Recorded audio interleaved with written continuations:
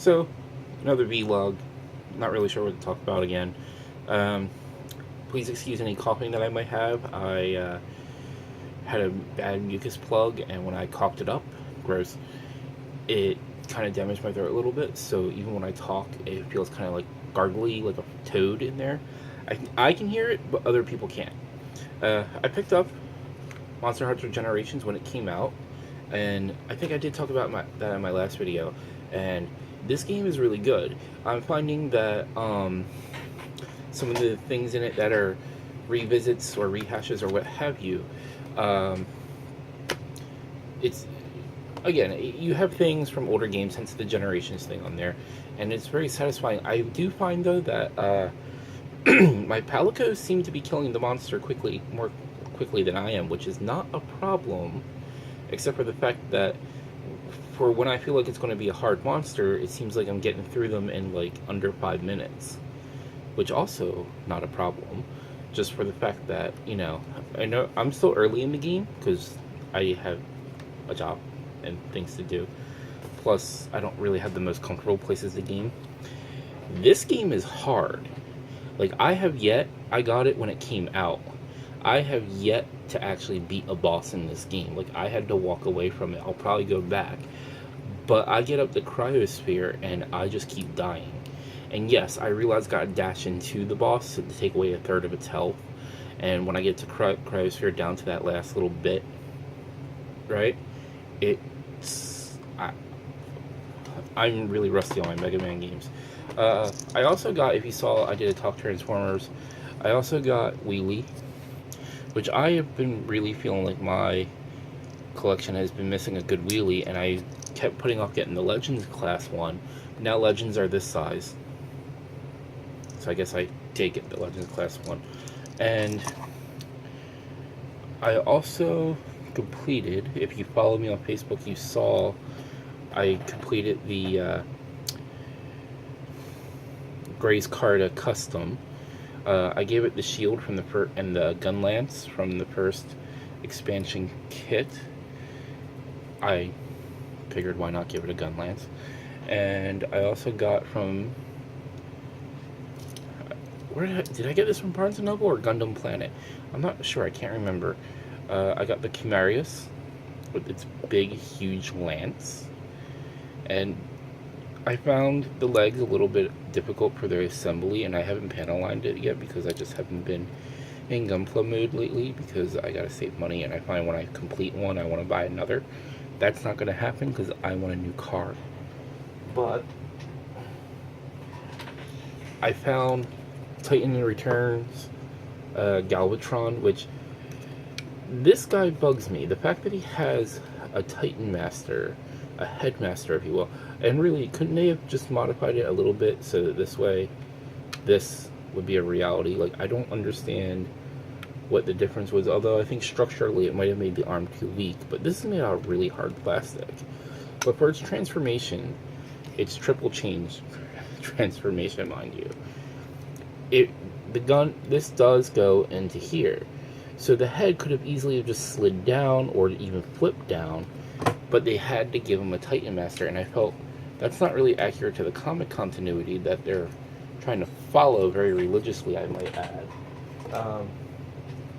Also, if you do follow me on Facebook, you'll know that I recently completed my Shinkendra collection. I got Shinken Yellow, Hanori Kotaha, and I find that the pose on the back of the box, right, it is really hard to get her into that pose and stay standing.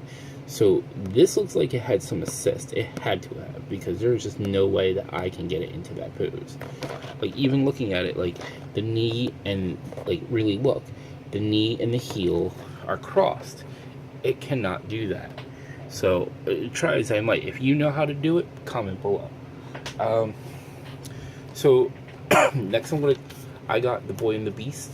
This was a really great movie. I liked it a lot more than I thought. Also, the descriptions for this movie don't really match what's going on in the movie.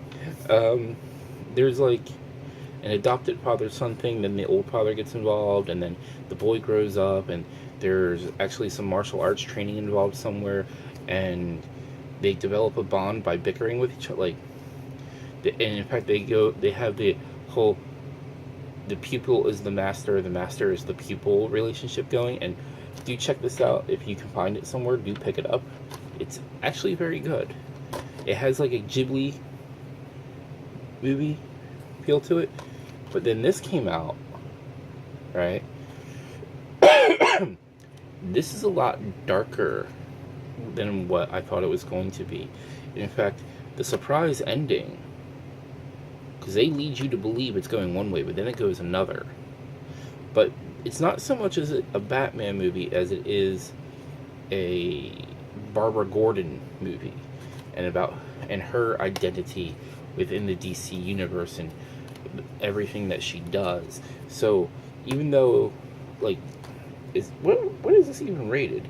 This has to be at least rated. Yeah, it is indeed rated R, and rightfully so, because again, there are some things that very much shock you in this, which I realize this was adapted from a comic, but even so, there's some things that really shocked me in there that I didn't think they were going to do.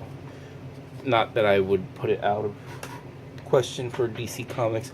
I also got to see the Ghostbusters movie, with the all-female controversial cast Ghostbusters movie, and I have to say it's actually a very good movie.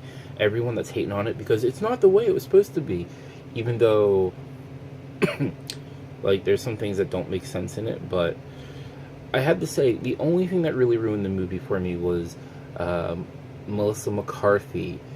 I can't stand her acting. I realize that she, to a degree, has to follow a script. Same thing with Chris Hemsworth. He was just stupid, like ridiculously so. No one's that stupid. But there's a lot of she was like the way that she was coming across, her facial expressions and everything else. Did she think that this was a 1950s black and white, musical cartoon? Like, making all those goofy faces. Like, what is that? And if people really find it funny, then I'm more out of touch with society than I thought. I'm debatable on seeing Suicide Squad just because I know, every female is going to want to be Harley Quinn, and I'm probably going to grow to hate to see Harley Quinn. And then it just seems like DC's trying really hard to get into the live-action movie game because Marvel's doing it so well. But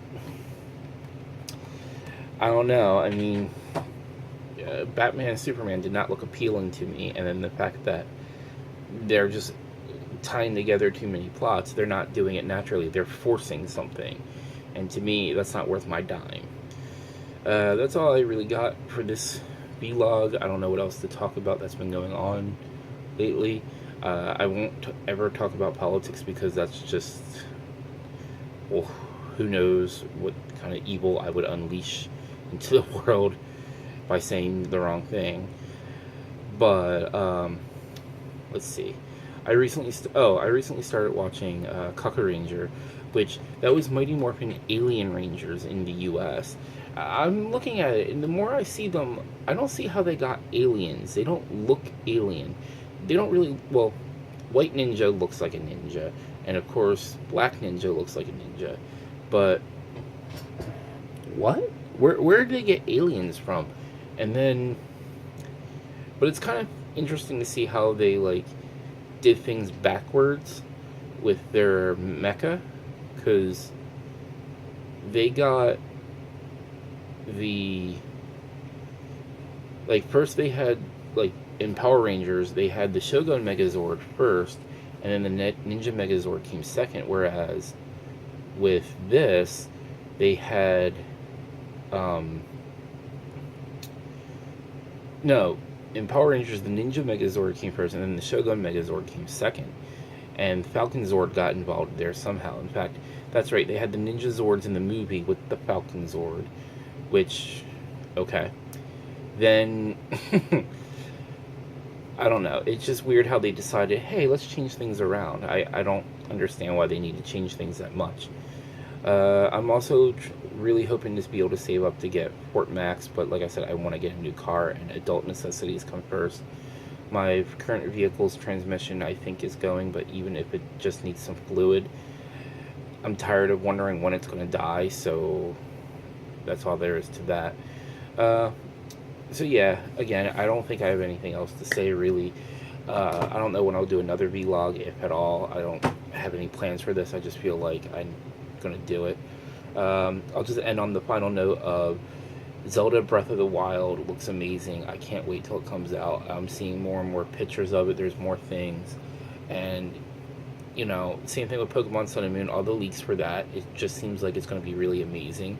I just hope that the things that they're changing up are good things to change, and maybe like limit it to Alola, because if they do something different every gen, it can be a little disorienting. I am looking forward to the island challenges in lieu of the gym battles, because that is a different thing, and it's very reminiscent in a way of the Orange Islands. Maybe they just decided to make a game out of similar to that, but they wanted to have some nostalgia to their recent Hawaii vacation. So, yep, if you want to hear more of my rambles, subscribe. You can check me out on Facebook and Twitter to check out all the things that I post and tweet about.